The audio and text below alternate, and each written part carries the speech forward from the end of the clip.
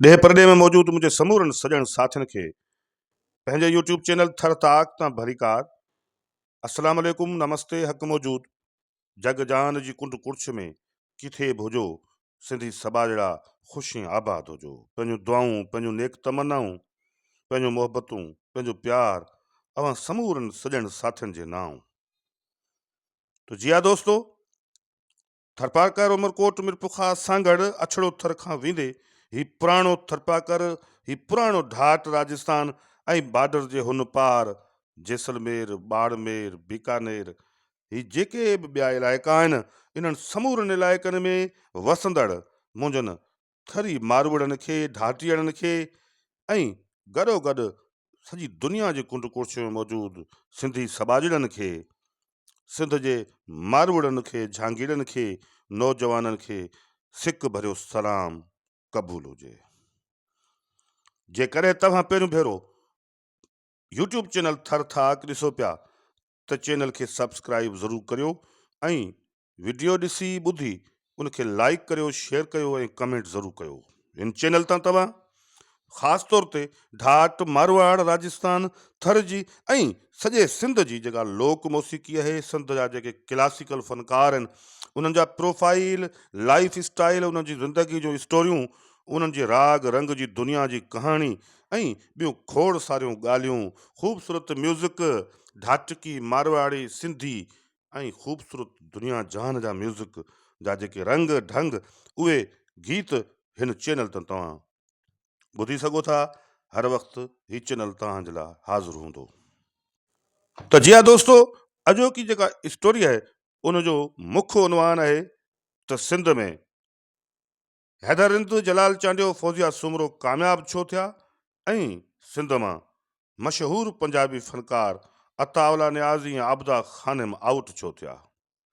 इहा डिघी कहाणी, डिघो पस मंज़र, इन जे ते तमामु घणो तफ़सील सां लिखी ॻाल्हाइजी सघिजे थो,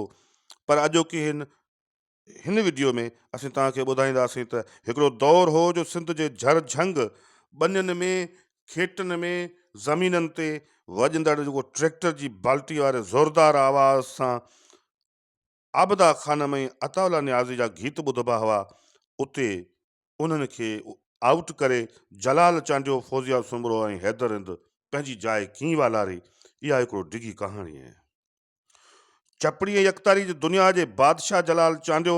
मरहूम जॾहिं उत्तर सिंध जे सखर, घोटकी, रोहड़ी, शिकारपुर ऐं कचे जे इलाइक़नि खां वेंदे दरिया बादशाह जे आसपास वारनि इलाइक़नि खां थींदे, ॿेलनि खां ऐं मेलनि मलाखड़नि खां थींदे सिंध जे झर झंग ते पंहिंजी धाक ॼमाई त हर माण्हू जलाल चांडियो जी कैसेट खे ॿुधणु लॻो। बिल्कुलु अहिड़े ई तरीक़े सां उन ई दौर में फौजिया सुमरो उन बाद ऐं ख़ासि तौर ते हैदर रिंद जे मिठड़े आवाज़ अहिड़ो त पंहिंजो जादू ॼमायो जो आहिस्ते आहिस्ते माण्हुनि ख़ूबसूरत जेको रागी हुयो पंजाब जी दुनिया जो, अताउल्ला ख़ान ईसा खैलवी, जंहिंखे अताउल्ला नियाज़ी बि चवनि, उनखे ऐं आबदा ख़ानम खे ॿुधणु छॾे ॾिनो। ऐं पोइ हिकु टाइम अहिड़ो बि आयो, हिकु वक़्तु अहिड़ो बि आयो जो सिंध जे कैसेट कंपनीज़ वारनि दुकाननि तां, बाज़ारनि में जेके मिलंदड़ कैसेटूं आहिनि, उन्हनि मां आहिस्ते आहिस्ते आबदा ख़ानम ऐं अताउल्ला नियाज़ी जूं कैसेटूं गुम थियण लॻियूं ऐं उन जाइ ते जलाल चांडियो, फौजिया सुमरो ऐं हैदर रिंद जा गीत, उन्हनि जूं कैसेटूं ऐं उन्हनि जा नवां वॉल्यूम्स अचणु शुरू थिया। ई छो थियो, इहो हिकिड़ी डिघी कहाणी आहे, उन ते ॻाल्हायूं था। बुनियादी तौर ते अताउल्ला नियाज़ी ऐं आबदा ख़ानम जे राग में, उन्हनि जे आवाज़ में बि दर्द रहियो आहे, उहो अॼु बि मौजूदु आहे। जेतोणीकि हुन जो पंहिंजो असलूब आहे, पंहिंजो ॻाइण जो अंदाज़ आहे, स्टाइल आहे, पर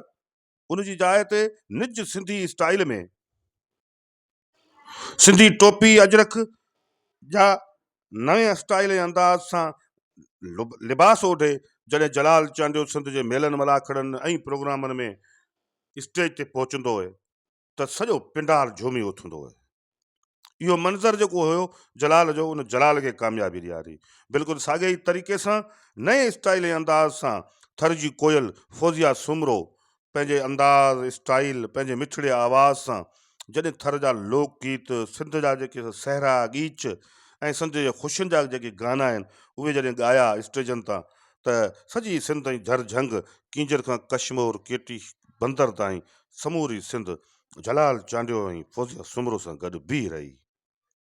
न रुॻो ईअं पर थर जे तल के छाछरो जे ॻोठ करीमदाद जो तड़ मां जॾहिं हिकु मासूम थरवासी ॻोठाणो हैदर रिंद जॾहिं ॻाए थो ऐं उनजे आवाज़ जो जेको दर्द आहे उहो माण्हुनि जे ज़हननि में लही थो वञे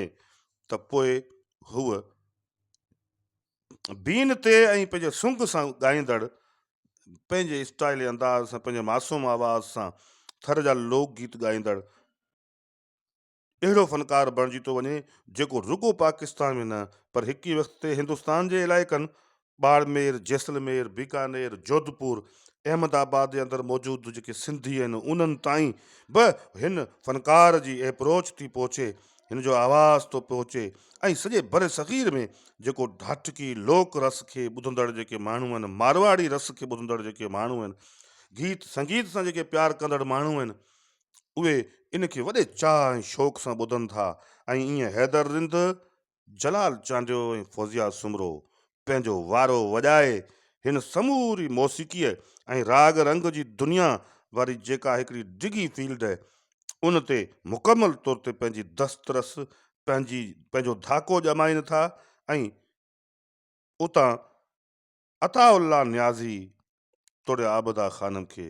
पंहिंजे वतन में ई उन ताईं महदूद कनि था ऐं उहे उतां जा पंजाब जा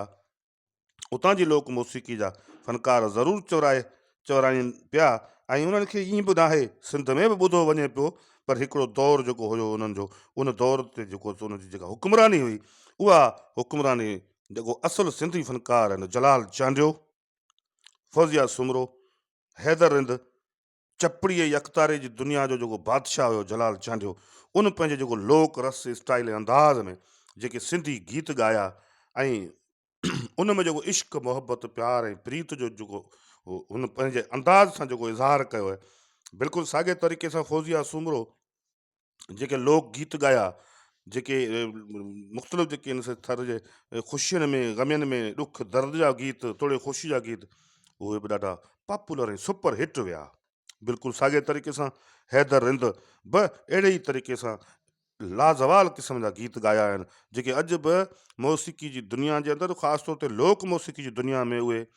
सुपर हिट गीत जे तौर ते मशहूरु आहिनि। ॾोरो आहे, झेॾर आहे, रायचंद आहे, मोरियो आहे, मोराबाई आहे, कजलियो आहे ऐं अहिड़ा ॿिया खोड़ सारा गीत आहिनि, कांगसियो आहे, केतिरनि गीतनि जो ज़िक्र कंदासीं। ही उहे फ़नकार हुआ जिन आबदा ख़ानम ऐं अताउल्ला ईसा खैलवी उल्फ अताउल्ला न्याज़ी जो दौरु सिंध मां ख़तमु करे पंहिंजी दुनिया जो पंहिंजी मौसीक़ी जो नओं दौरु शुरू कयो।